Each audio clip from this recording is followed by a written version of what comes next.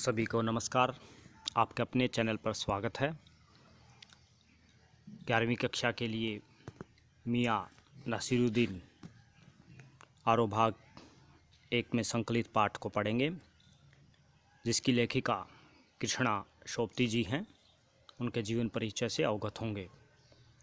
जीवन परिचय आपने लिखना है और पाठ को ध्यान से सुनना है, समझना है।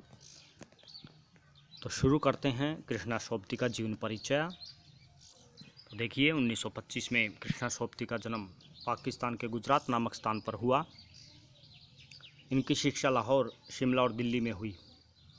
इन्हें साहित्य अकादमी सम्मान, हिंदी अकादमी का शलाका सम्मान, साहित्य अकादमी का महत्तर सदस्यता सहित अनेक राष्ट्रीय पुरस्कारों से नवाजा गया है। प्रमुख रचनाओं की अगर बात करें, कृष्णा सोपती ने अनेक विधाओं में लिखा। उनके कई उपन्यासों, लंबी कहानी और संस्मरणों ने हिंदी के साहित्यिक संसार में अपनी दीर्घजीवी उपस्थिति सुनिश्चित की है। यानी लंबे समय तक अपनी उपस्थिति उन्होंने बनाई है। इनकी रचनाएं निम्नलिखित हैं।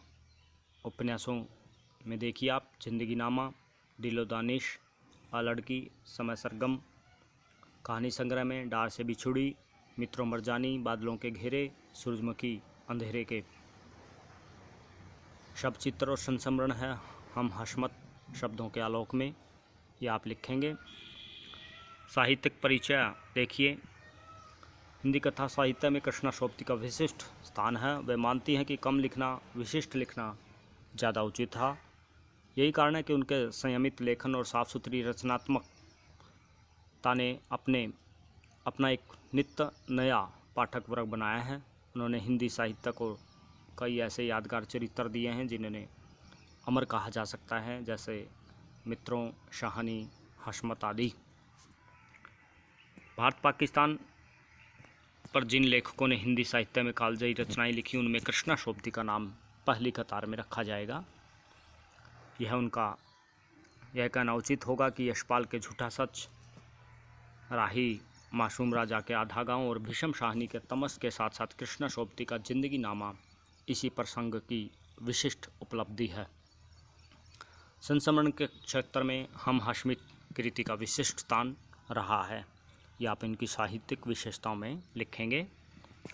भाषा की अगर बात करें, इनकी भाषा का जो प्रयोग है वो विविधता है। इन्होंने हिंदी की कथा भाषा को एक विलक्षण ताजगी दी है।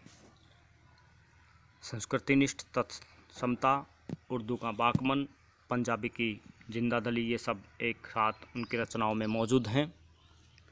कहने का अभिप्राय, उर्दू और पंजाबी के शब्दों को भी उन्होंने अपने लेखन में शामिल किया है। या आप उनकी भाषागत या भाषा शैली में लिखेंगे।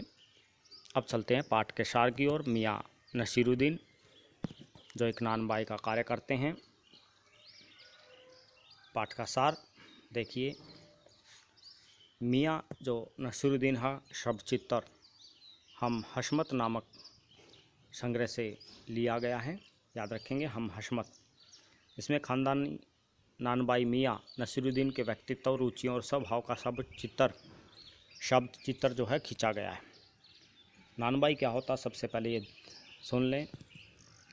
जो नान बनाते हैं, एक प्रकार से यही से आप समझ सकते हैं, रोटियां सेकते हैं, खाना परोसते हैं, वे नानबाई कहलाते हैं। आजकल बड़े बड़े होटल हो गए हैं, पहले नानबाई का कार्य काफ़ी प्रमुख माना जाता था। तो देखिए, मियाँ नसीरुद्दीन अपने मसीहाई अंदाज से रोटी पकाने की कला और उसमें ख़ानदानी महारत बताते हैं।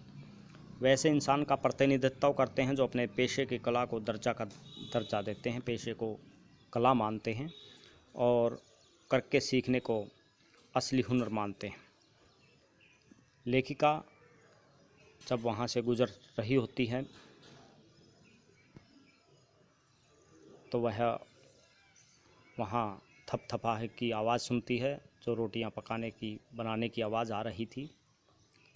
तो एक दिन मटिया महल के गदवैया मोहल्ले की तरफ से निकली तो एक अंधेरी और मासूम सी दुकान पर आटे का ढेर संते देख कर उसमें कुछ जानने की इच्छा उनके मन में हुई। पूछताछ करने पर पता चला यह ख़ानदानी नानबाई मियाँ नसीरुद्दीन की दुकान है। यहाँ 56 किस्म की रोटियां बनाने के लिए हम मशहूर है। तो याद रखें, 56 किस्म की 56 प्रकार की रोटियां वो मतलब बनाते थे। आगे चलते हैं। मियाँ चारपाई पर बैठे बीड़ी पी रहे थे।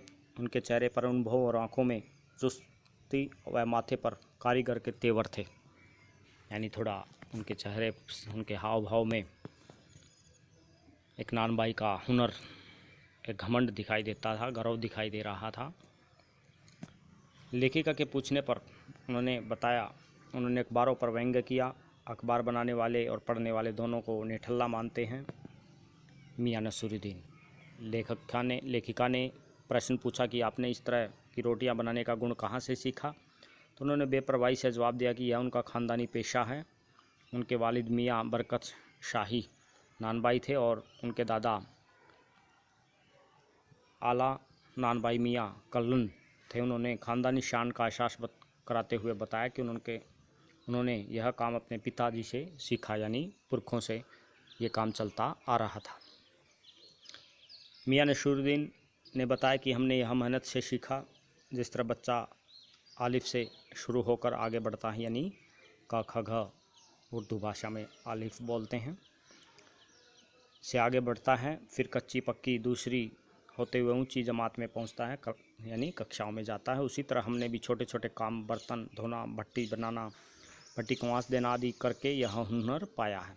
तालीम की तालीम भी बड़ी चीज़ होती है, मियाँ नसीरुद्दीन कहते हैं। ख़ानदान के नाम पर वह गर्व से फूल उठते हैं। उन्होंने बताया कि एक बार बादशाह सलामत ने उनके बुज़ुर्गों से कहा कि ऐसी चीज़ बनाओ जो आग से ना पके, न पानी से बने। उन्होंने ऐसी चीज़ बनाई और बादशाह को खूब पसंद आई। वे बड़ाई करते हैं कि ख़ानदानी नानबाई कुएं में भी रोटी पका सकता है। लेखिका ने इस कहावत की सच्चाई पर प्रश्न चिन्ह लगाया तो वे भड़क उठे, यानी बुरा मान गए। लेखिका जानना चाहती थी कि उनके बुजुर्ग किस बादशाह के यहाँ काम करते थे। अब उनका स्वर बदल गया, यानी मियाँ नसीरुद्दीन उत्तर नहीं दे पाए। बादशाह का नाम स्वयं भी नहीं जानते थे। वे इधर उधर की बातें करने लगे। अंत में खींचकर बोले कि आपको कौन सा उस बादशाह के नाम चिट्ठी पत्री भेजनी है, यानी वे थोड़ा गुस्से में हो जाते हैं।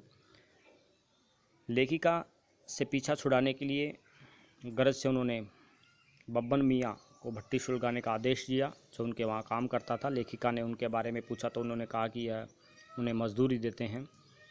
लेखिका ने रोटियों की किस्मों के बारे में जानना चाहा तो उन्होंने फटाफट नाम गिनवा दिए। फिर तुनक कर बोले, तुनकी पापड़ से ज़्यादा महीन होती है, यानी तुनकी एक रोटी का नाम है, ध्यान रखें, जो पापड़ से महीन होती है, पतली होती है। फिर वे यादों में खो गए और कहने लगे, अब समय बदल गया है, अब खाने पकाने का शौक़ पहले की तरह नहीं रह गया है। न कदर करने वाले हैं और न अच्छा खाने वाले हैं। अब तो भारी और मोटी तंदूरी रोटी का बोलबाला है, हर व्यक्ति जल्दी में है। तो ये मियाँ नसीरुद्दीन जो है अपने ख़ानदानी पेशे को बताकर बाद में लेखिका के बार बार प्रश्न पूछने से विचलित हो जाते हैं। तो इस पाठ में, इस शब्द चित्र में लेखिका ने एक नानबाई के जीवन से संबंधित, उसके पेशे से संबंधित, कार्य से शैली से संबंधित जो है शब्द चित्र अंकित किया है। आज के लिए इतना ही। धन्यवाद। पाठ को सुने। कृष्णा सोबती का जीवन परिचय लिखें। आपका दिन शुभ हो। अभ्यास के प्रश्नोत्तरों को अगली वीडियो में करेंगे।